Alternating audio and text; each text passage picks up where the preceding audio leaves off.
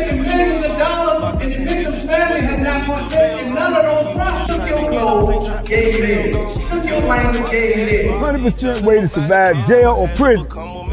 Don't go. Build your credit up. Why you need credit? Then 12 years goes by and you don't even get a chance to go up for parole.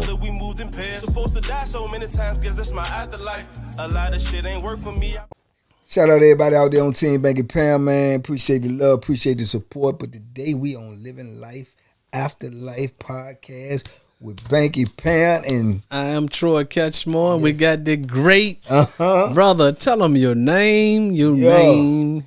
Brother Khalid, Karim, DC's on. He been modest. Home team. So I'm in here with two DC guys. They about to bank me. In the prison, they about to bank me. We don't even shoot the bank, man. We just shoot the jail. Hey, look, you know what I'm saying? In prison, you fight one or do run back. They bank me.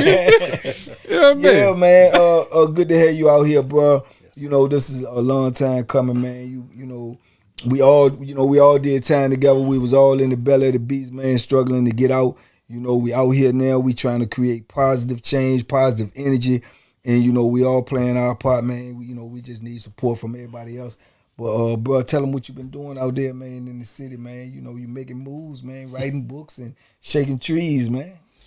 Yes, sir. Well, like I said, I appreciate y'all, brothers, man. Sure. I'm proud appreciate of you. You. You know, we go back, man, many years, and you know, you were tight with my cousin, man, Skinny. Sure. That's my brother, you know, man. Me and Catch go back to the beginning of our time. So honored to be here. You know, I'm working. You know, I'm out there. You know, in DC, I'm in Potomac Gardens every week, man. In Potomac Gardens, Southeast, working with the youth, mentoring the youth, man. Arts and crafts. You know, doing, you know, taking them on field trips.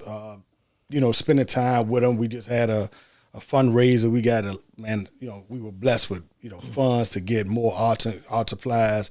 We got all sorts of footballs, basketball, boxing equipment, So I've been out there, man, in that neighborhood for 3.5 years, man. Shout out to Potomac Gardens.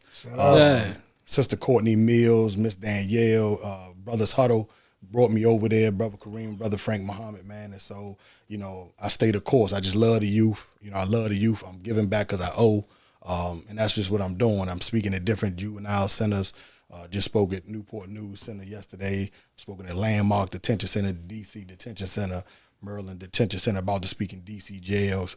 So I'm just trying to, use my story, my life to make an impact. That's why I started my own nonprofit called Lessons Learned by Khalid, because I've learned a lot of lessons, and I want to, and I want to share them, because I don't want the youngers to make the same mistakes that we made and see that long, hard road that we saw, So, so for those that don't know, bro, Khalid, the significance of him being on the show, I did 26 years, 8 months.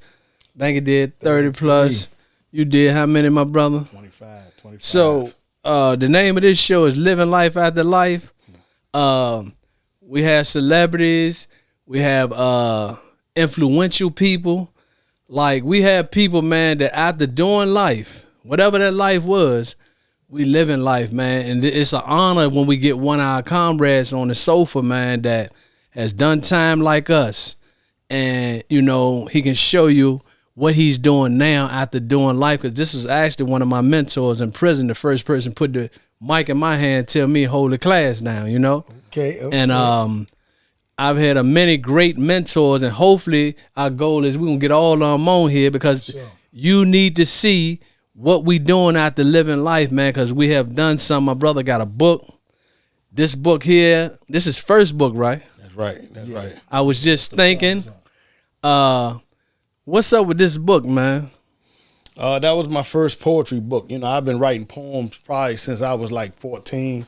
I wrote a few when I was in juvie before. I never took it seriously because I never really wanted to publicly recite poetry. Yeah. So I've written it, but I never shared it, because the next thing is, I never seen you in the Jones in the prison. At all. The cap from my head is the brother Butterworth in the. I never saw you do that. So you wrote a book. You just put it on paper. And it's crazy because I wrote one called, Dear Daughter, and Brother Kenny and them, man, they read it, and Polar Bear and all of them, man, they actually asked for it.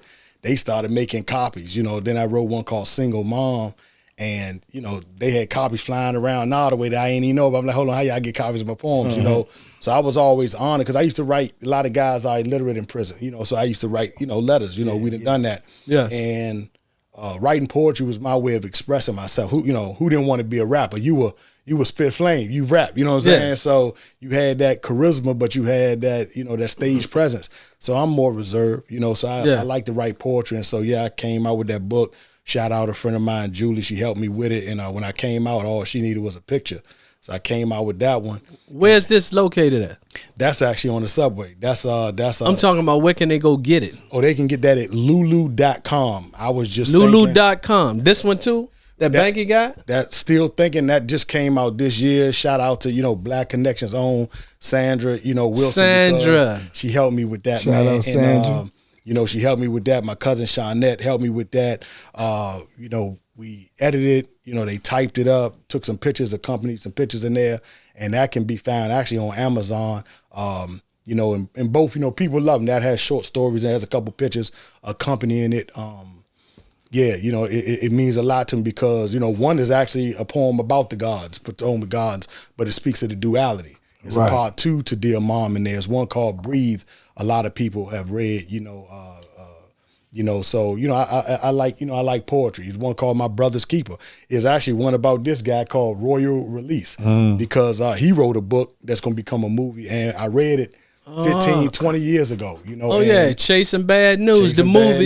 You know, and the book is coming to soon, And in it, his name for himself was Royal. So you know, when I see him, I'll be like, Royal, you know, so I was at his release when he came home. I was at the prison. Yes.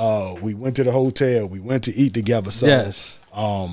You know, I wrote that, man, Royal Release for my brother. So you know, I like to write about real life issues, you know, real life things, politics, what we see. I wrote one on coffee because I love coffee. I've written about the prison rec yard, you know what I'm saying? I've written about the rec yard and the things that we've seen in there. I've written about the hardships, you know what I'm saying? But I've written about, you know what I'm saying, some joyous moments. So I love to write. So you writing books, you got your nonprofit Lessons Learned, and brother on the board of Catch More Kids, That's you know. right. Catch More Kids. So that mentorship has translated to the street. You know, this brother mentored me in prison. All us boxed and trained. That's one thing we got in common, sure. that we really did that, ran the boxing program at Nottaway. Work with a lot of youngins, man. How was that experience? Because y'all come from a boxing city, Washington, D.C. For sure. And we have been on camps where, you know, we all trained together. Everybody, like, I don't want to jump ship because we just had a mean fight. You know, from y'all cousin Baltimore Tank. What's your take on the fight? Nah, man. I love Tank's energy, man. I love the brother's energy, and I know that, you know, he's a banger, man. He's a real rumbler, and he hits like a tank. You know what I'm saying? And he's Don't he remind you of a small version of Mike Tyson? I mean, Mike Tyson, but you know, he's definitely. I mean, he can box, but he got that brawl in him like Smoking Joe. You know, and Hagler. Oh, Smoke. He got some Smoking Joe in him. Yeah, because he's short. You know what I'm saying? Smoking Joe get a bunch of all that. You know, so I love his fight. You know what I'm saying? I love his fighting ability. I love watching boxing. I mean, that's primarily the only sport I actually watch. You know what I mean? Really. You know, I love football, basketball, but I don't even watch it. But boxing, I watch it all day. I literally watch it all day. And that's how I am. Love seeing them. I love seeing them guys because I know that outside of them doing what they do, you know, it helps them stay out the hood. You know, it helps them stay out the community. So I've tried to use boxing, and I do from time to time, to keep the youngers out the street, because a lot of time it's so much aggression. These youngers don't really want to beat people up to hurt them. They just trying to get stuff off their chest, you know, and you know that's just where they go with it. So. Making millions of dollars, and the victim's family have not partaken. None of those fronts took your clothes, gave you this. Took your language, gave you this. 100% way to survive jail or prison. Don't go. Build your credit up. Why you need credit? Then 12 years goes by and you don't even get a chance to go up for parole. Supposed to die so many times, guess that's my afterlife. A lot of shit ain't work for me.